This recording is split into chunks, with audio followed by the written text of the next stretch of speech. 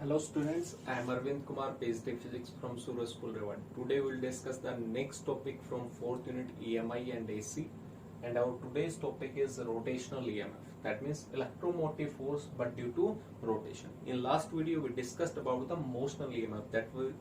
That motion is linear motion, but here name suggests us that this motion is rotational in nature. So topic name is rotational EMF. Here in another words, something is asked that when a conducting rod whose one end is fixed and another end is moving with some angular velocity omega, that is the same topic as rotational EMF. So एक and जो होगा road का वो fixed होगा एक point पे end another end is moving with some angular velocity omega, क्योंकि कुछ एंगल डिस्प्लेस होगा कुछ टाइम में, तो वहां पे एंगुलर वेलोसिटी। हमने कहा कि यहाँ पे थीटा मूवमेंट हुआ क्योंकि यहाँ पे इनिशियली ये रोड ऐसे थी और ये एक्सटर्नल मैग्नेटिक फील्ड में है और वो मैग्नेटिक फील्ड इस रोड के परपेंडिकुलर है। जैसे क्रॉस से हम रिप्रेजेंट करते हैं perpendicular downward direction, inward direction. तो यहाँ पे रोड जो है वो मूवमेंट कर रही है, एक एंड फिक्स्ड है, एक एंड तो मूवमेंट करेगी तो लीनियर वेलोसिटी तो नहीं होगी, लेकिन यहाँ पे क्या होगा एंगुलर वेलोसिटी, क्योंकि रोटेशन में क्या होता है लीनियर नहीं होता एंगुलर। इस कंडक्टिंग रोड की जो लेंथ है और इन अनदर वर्ड्स रेडियस होगी, तो यहाँ पे कितनी मान ली हमने लेंथ एल है कंडक्टिंग रोड की। इसने स्मॉल टाइम में अपने आप को डिस्प्लेस किया और इस पॉइंट से ये कहें कि सी पॉइंट से और कहां पे पहुंच गए बी पॉइंट पे, तो कितना एंगल स्वेप्ट किया इसने थीटा मान लिया, तो यहाँ पे हमने वही एंगल कंसेप्ट किया। बट मुझे ये पता करना है कि जब ये मूवमेंट होगी तो यहाँ पे मोशन में होंगे इलेक्ट्रॉन्स, तो कंडक्टिंग रोड है तो वो एक पर्टिकुलर डायरेक्शन में मूवमेंट करेंगे, तो यहाँ पे भी क्या होगा ईएमएफ जनरेट होगा और उसी ईएमएफ को हम क्या कहेंगे due to rotation, rotational EMF. तो हमें ये तो पता चल गया है कि मोशन से ईएमएफ जनरेट होगा, but what is it's quantity, कितना जनरेट होगा, तो हमें यहाँ पे मैग्नीट्यूड कैलकुलेट करना है और किस पैरामीटर पे डिपेंड करेगा वो भी देखते हैं, लेंथ पे डिपेंड करेगा, स्पीड पे, एंगुलर स्पीड पे डिपेंड करेगा, वो कंसेप्ट देखते हैं। तो यहाँ पे सबसे पहले मैंने किया कि ये कुछ एरिया स्वेप्ट किया इसने, इस सी पोजीशन से बी पे पहुंच गया कितने टाइम में, dt टाइम में। तो मैंने यहाँ पे लिखा area swept in time in small time dt is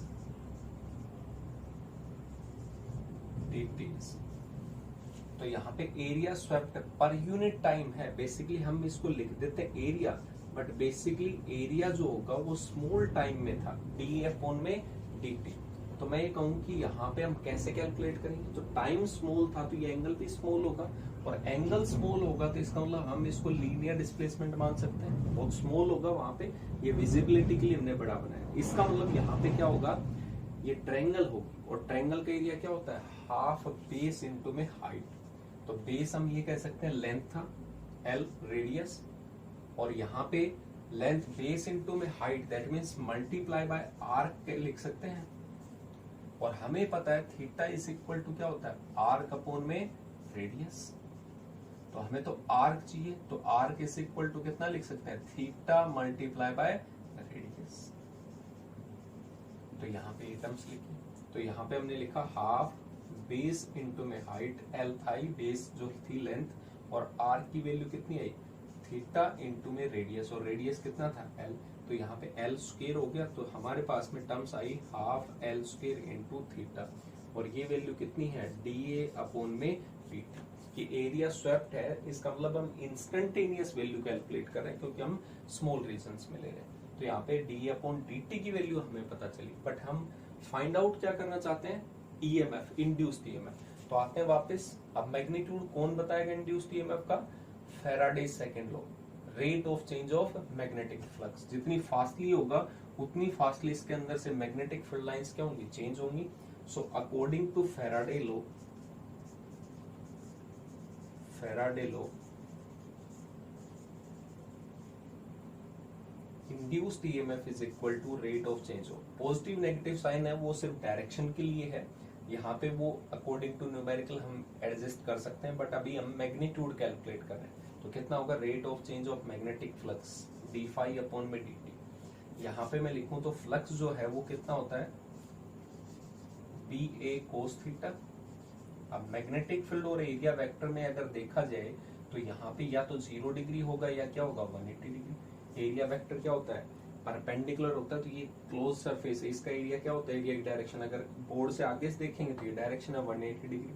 कोई बोर्ड के पीछे से देखेगा तो बैकवर्ड डायरेक्शन में, तो मैग्नेटिक फील्ड और एरिया वेक्टर की डायरेक्शन क्या होगी सेम, तो 0 भी हो सकता है 180 भी, इसलिए साइन जो है वो चेंज हो सकता है। बी, मैग्नेटिक फील्ड तो यूनिफॉर्म है, सभी जगह सेम होगी, तो कांस्टेंट है तो आउटसाइड में, तो हमने यहाँ पे मैग्नेटिक फील्ड को आउटसाइड में लिखा। यहाँ पे terms I D A upon में डी टी, कितना आ गया डी ए अपॉन में डी टी, सॉरी एक टर्म्स थी यहाँ पे डी अपॉन डी टी था, बट यहाँ पे विद रिस्पेक्ट टू टाइम हम देख रहे थे, तो विद रिस्पेक्ट टू टाइम हमने नहीं लिखा, तो यहाँ पे अपॉन में डी टी भी चल रहा था। ये तो एरिया था, विद रिस्पेक्ट टू टाइम है तो अपॉन में डी टी, तो यहाँ पे डी टी जब देखेंगे तो इसके डिवाइड में डी टी आएगा, तो यहाँ पे थीटा जो चेंज हुआ with respect to time. Angular velocity with respect to time क्या टर्म्स होती है, एंगुलर डिस्प्लेसमेंट अपॉन में टाइम। थीटा चेंज हुआ कितने टाइम में, dt में, तो यहाँ पे टर्म्स जो आएगी वो कितनी आएगी, हाफ एल स्क्वायर इनटू में ओमेगा एंगुलर वेलोसिटी, क्योंकि एंगुलर वेलोसिटी का फॉर्मूला हमें पता है omega is equal to d theta upon में dt। कितना एंगल में चेंज हुआ विद रिस्पेक्ट टू टाइम, तो यहाँ पे एक साइड रहेगा था हमारा डी अपॉन dt, तो विद रिस्पेक्ट टू टाइम है, तो टाइम से करेंगे तो थीटा किस में कन्वर्ट हो जाएगा, एंगुलर वेलोसिटी। अब डी अपॉन dt का जो कंप्लीट कंसेप्ट था वो हमें पता है, पुट कर सकते हैं। So induced EMF will be equal to E is equal to कितना हो जाएगा, यहाँ से मैग्नेटिक फील्ड सेम था, देखेंगे डी अपॉन dt कितना था, एल स्क्वायर ओमेगा अपॉन में 2, तो इसका मतलब यहाँ पे जो ईएमएफ इंड्यूस्ड होगा वो कुछ हाफ होगा वहां से। अब आप कहोगे सर हाफ कैसे, तो यहाँ पे हम कह सकते हैं कि जो मोशनल ईएमएफ था उसका ईएमएफ जो था वो कितना था, E is equal to EMF induced is equal to BLV। अगर मैं कहूँ कि वहां पे लीनियर नहीं है, कैसी एंगुलर वेलोसिटी है, तो एंगुलर वेलोसिटी लीनियर वेलोसिटी को एंगुलर में कन्वर्ट करते हैं, क्या करते हैं रेडियस से मल्टीप्लाई, तो BL तो कांस्टेंट था, linear velocity converted into angular, तो रेडियस कितनी है लेंथ, तो लेंथ स्क्वायर, और ये क्या हो गया ओमेगा।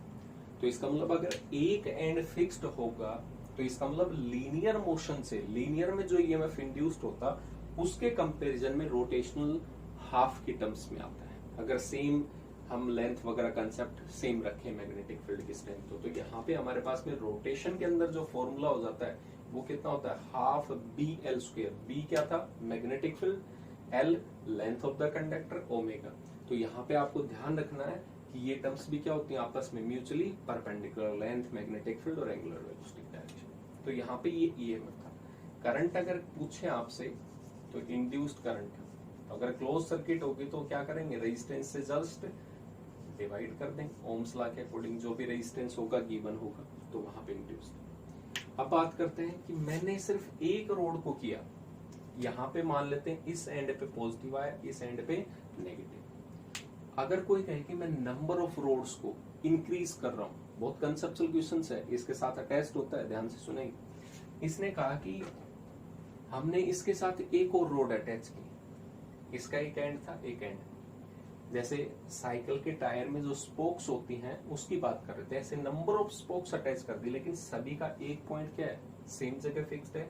दूसरा एक रिम के साथ है, कंडक्टिंग रोड के साथ है, सभी जो रोटेट करेंगे वो सेम एंगुलर स्पीड से करेंगे, रेडियस सभी की सेम होगी, मैग्नेटिक फील्ड वैसे यूनिफॉर्म था, तो यहाँ पे क्या होगा, बी सेम हो गया, रेडियस सेम होगी, एंगुलर स्पीड, क्योंकि टायर में ऐसा तो नहीं कि एक स्पोक ज्यादा करेगा एक कम करेगा, तो एंगुलर स्पीड भी सभी क्या है, सेम है।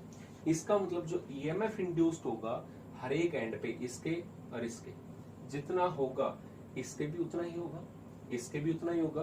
तो यहाँ पे नंबर ऑफ स्पोक्स या number of conducting rods in rotational EMF doesn't change EMF।